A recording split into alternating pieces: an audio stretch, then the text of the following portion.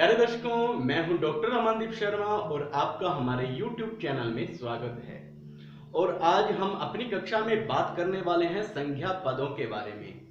संज्ञा कहते किसे हैं? तो सीधी सी बात है, सरल सी बात है कि इस संसार में जिस किसी व्यक्ति का, जिस किसी जाति का या जिस किसी भाव का जो कोई भी नाम है, वो नाम जो है वो संज्ञा कहलाता है। आइए जानते हैं संज्ञा की परिभाषा क्या है। ऐसे पद जो किसी व्यक्ति, वस्तु, जाति, स्थान, विचार, भाव का बोध कराते हैं, उन्हें संज्ञा कहा जाता है। जैसे उदाहरण दिया जा सकता है, जैसे पशु, यह जाति का बोध कराता है, या किसी का मोहन, सोहन, ये किसी का नाम है, ये नाम जो है वो किसी व्यक्ति का बोध कराता है। उसके बाद व्यथा, दुख, ये क्या है? ये भाव है। और उसके बाद बात करें जैसे दिल्ली, दिल्ली ये कोई स्थान है तो इस स्थान का बोध कराता है। मारना, देखिए ये क्रिया है। तो ये सारे जो हैं वो क्या है, क्या कहलाएंगे? संज्ञा कहलाते हैं। अब संज्ञा पद का ज्ञान करने से पूर्व एक बात और जरूरी है, वो है पद। जी हाँ, पद किसे कहते हैं? क्योंकि संज्ञा, सर्वनाम, विशेषण इत्यादि जो हैं ये सभी पद के अंतर्गत आते हैं। तो पद किसे कहते हैं? कोई भी शब्द जब किसी वाक्य में प्रयुक्त होता है तो उसे पद कहते हैं। जैसे राम है, मोहन है, श्याम है, खाता है, जाता है, ये सारे के सारे शब्द हैं। परंतु जब इसको एक वाक्य में राम विद्यालय को जाता है तो इसमें प्रयुक्त प्रत्येक शब्द एक पद बन जाता है। तो जो पदों की व्यवस्था है, उन पदों की व्यवस्था में संज्ञा भी एक पद कहलाता है। और इसके तीन मुख्य भेद हैं। पहला भेद है व्यक्तिवाचक संज्ञा, और दूसरा भेद है जातिवाचक संज्ञा, और इसका जो तीसरा भेद है वो है भाववाचक संज्ञा। अब व्यक्तिवाचक संज्ञा की बात करें तो जो भी व्यक्तियों के नाम होते हैं, जैसे राम है, श्याम है, गीता है, इस प्रकार के जो भी नाम हैं ये सारे व्यक्तिवाचक संज्ञा के अंतर्गत आते हैं। दूसरा उदाहरण हम देख रहे हैं जातिवाचक संज्ञा। ये जो जातिवाचक संज्ञा है इसके दो भेद होते हैं। एक होता है समूहवाचक संज्ञा और दूसरा भेद होता है इसका द्रव्यवाचक संज्ञा। तो समूहवाचक जो संज्ञा है उसमें गाय, बकरी, भारतीय, हिंदू इत्यादि जो शब्द हैं, जो जैसे गाय शब्द बोलने से संपूर्ण गाय जाति का बोध हो जाता है, बैल बोलने से संपूर्ण बैलों का बोध हो जाता है, उसकी आकृति के जैसे दिखने वाले जितने भी प्राणी हैं वो सारे बैल कहलाएंगे। तो ये जो है वो जातिवाचक संज्ञा का एक भेद है। दूसरा है द्रव्यवाचक संज्ञा। अब द्रव्य क्या है? जो पदार्थ होते हैं, जैसे मेज है, कुर्सी है, ब्लैक बोर्ड है, चौक है, डस्टर है, ये सभी जो हैं वो समूहवाचक या द्रव्यवाचक संज्ञा में आते हैं। तो अब बात करते हैं व्यक्तिवाचक संज्ञा की। तो व्यक्तिवाचक संज्ञा किसे कहते हैं? परिभाषा क्या है इसकी? जिन शब्दों से किसी विशेष व्यक्ति, स्थान अथवा वस्तु के नाम का बोध हो उसे व्यक्तिवाचक संज्ञा कहा जाता है। अच्छा, व्यक्तियों के नाम जैसे सीता, गीता, मोहन, श्याम, ध्रुव, सचिन इत्यादि जो हम किसी व्यक्ति को निर्देश करते हैं। वस्तुओं की बात करें तो जैसे गुड़िया, कंप्यूटर, किताब, गिलास, चम्मच, ये वस्तुवाचक संज्ञा आ गई व्यक्तिवाचक संज्ञा के अंतर्गत। स्थान जैसे दिल्ली है, आगरा है, ताजमहल है, लाल किला है, ये स्थानवाचक संज्ञा है। अब दिशाओं के नाम, दिशाओं के जो नाम होते हैं जैसे उत्तर, पश्चिम, पूर्व, दक्षिण, ये जो है दिशाओं के नाम हैं, ये भी व्यक्तिवाचक संज्ञा के अंतर्गत आते हैं। देशों के नाम, अब देशों के भारत, अमेरिका, चीन, रूस इत्यादि जो है वो देशों के नाम हैं, ये व्यक्तिवाचक संज्ञा के अंतर्गत आते हैं। तो आइए अब जानते हैं संज्ञा का जो दूसरा भेद है उसका नाम है जातिवाचक संज्ञा। जातिवाचक संज्ञा किसे कहते हैं? जिस शब्द से किसी प्राणी या वस्तु की समस्त जाति का बोध होता है उन शब्दों को जातिवाचक संज्ञा कहा जाता है। जातिवाचक संज्ञा को हम दो भागों में विभक्त कर सकते हैं। इसके दो भेद हैं, एक तो है समूहवाचक संज्ञा और दूसरी है द्रव्यवाचक संज्ञा। समूहवाचक जो संज्ञा है उसकी परिभाषा क्या है? जब किसी संज्ञा शब्द से व्यक्ति या वस्तु के समूह का बोध होता है तब उसे समूहवाचक संज्ञा कहते हैं।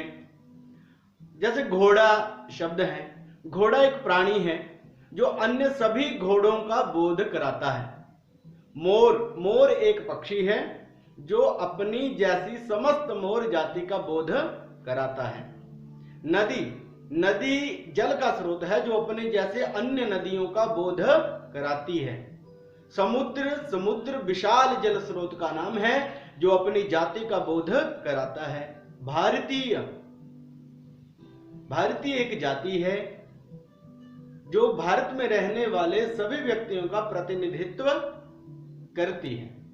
जातिवाचक संज्ञा का अगला भेद है द्रव्यवाचक संज्ञा।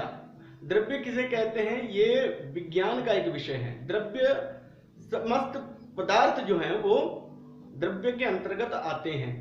जब किसी संज्ञा शब्द से किसी द्रव्य का बोध होता है तो उसे द्रव्यवाचक संज्ञा कहते हैं।